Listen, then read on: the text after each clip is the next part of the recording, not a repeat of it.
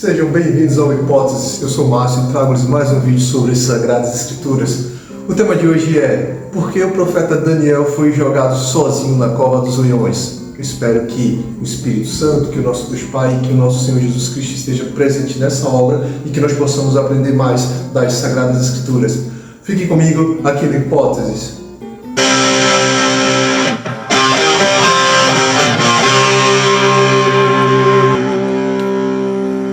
Só porque algo não aparece quer dizer que não existe?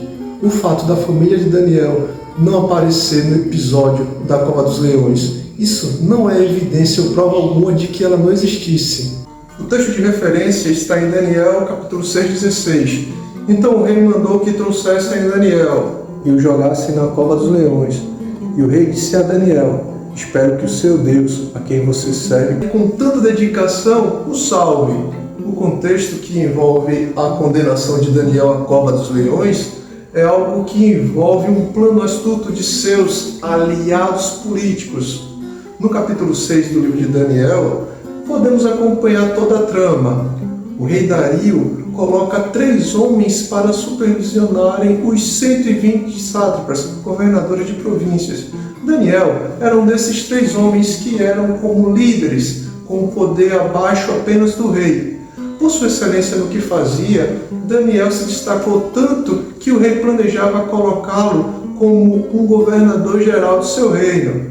Tal iniciativa do rei causou grande ciúme e tal inveja nos outros líderes e governadores que eles planejaram sua execução por meio de uma jogada política que certamente condenaria Daniel. O plano para a prisão e condenação foram bem-sucedidos, pois Daniel foi acusado, preso e rapidamente condenado à cova dos leões. Daniel passou por tudo isso sem ao menos ser ouvido uma única palavra sua.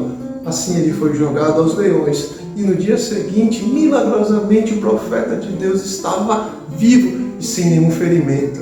Mas por que Daniel foi lançado sozinho na cova dos leões? E por que ele não tinha família?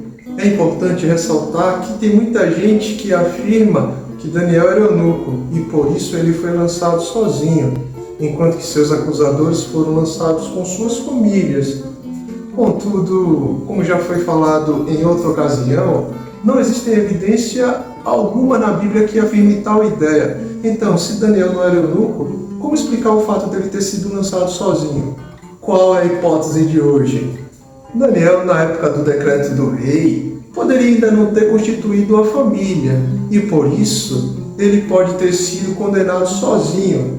Essa teoria só pode ganhar consistência se o Ciro citado em Daniel ainda tivesse governado após Dario. Contudo, parece que esse rei Dario governou após o rei Ciro. A segunda teoria, e bem mais plausível, é o fato de Daniel ter sido promovido a supervisor-chefe, o que pode ter feito ele ter que se deslocar para um local de destaque no reino, onde ele ficou em grande evidência aos olhos de seus concorrentes e adversários, que planejavam sua execução. Talvez Daniel tenha ido primeiramente sozinho, já que no momento em que ele foi acusado e condenado, ele estava só.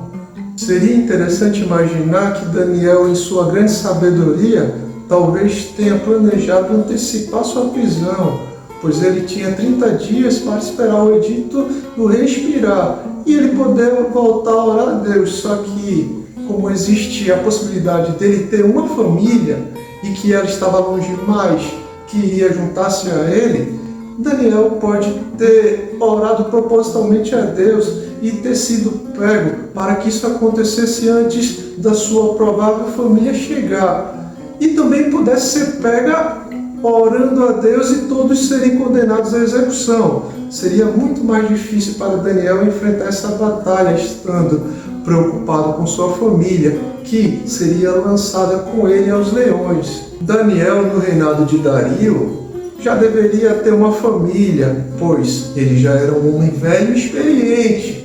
Já havia servido aos reis Nabucodonosor, Belsazar, Dario, além de ter vivido no reinado do grande imperador Ciro.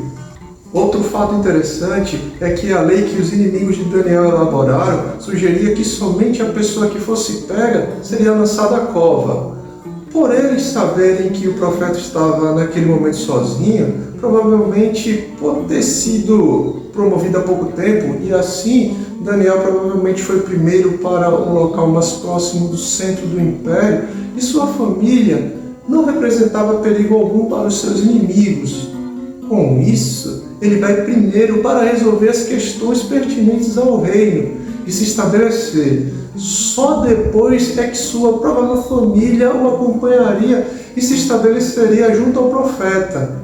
Já a família de seus acusadores não tiveram a mesma sorte. Todos foram vítimas da própria maldade que os acusadores de Daniel haviam planejado. Isso deve ter ocorrido pelo fato do rei ser amigo do profeta. Vemos essa amizade expressa em Daniel 6,18, quando o rei não come, nem se diverte, nem consegue dormir naquela noite.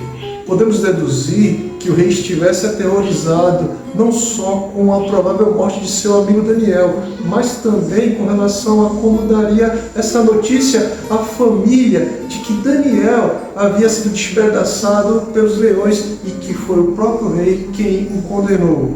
Concluindo sobre a família do profeta, como já foi dito em outro vídeo, Deus fala sobre os filhos de Noé, Daniel e Jó, por 4 vezes no livro do profeta Ezequiel, que foi contemporâneo a Daniel. Literalmente, Deus estava falando sobre filhos de Daniel. Ezequiel certamente tinha informações precisas sobre Daniel, e ele não cometeria o equívoco de atribuir filhos a Daniel se o profeta não os tivesse tido. Esse foi o Hipótese de hoje. Espero que tenham gostado. Deixe seu like, comentem e até o próximo vídeo aqui no Hipótese. Tchau!